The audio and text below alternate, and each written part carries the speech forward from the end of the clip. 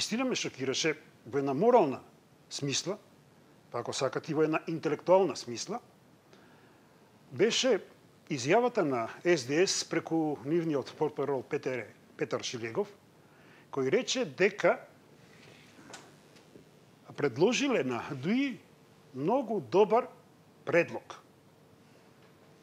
Прво, зошто бев шокиран од таа изјава?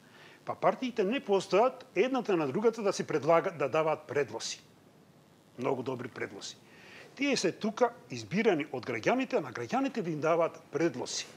Па да речат, ние предлагаме во наредната година или во наредните години во Македонија да се направи тоа и тоа, да се прекине со тоа и тоа, а не партиите едни со други да си даваат предлози. Коалицијата добро може да се свати кој вид предлог, но битно е што се забораваат граѓаните, без разлика на нивната етничка припадност. Значи не велат ние на граѓаните им предлагаме преку ДУИ тоа и тоа, туку ние на ДУИ предлагаме многу добар предлог.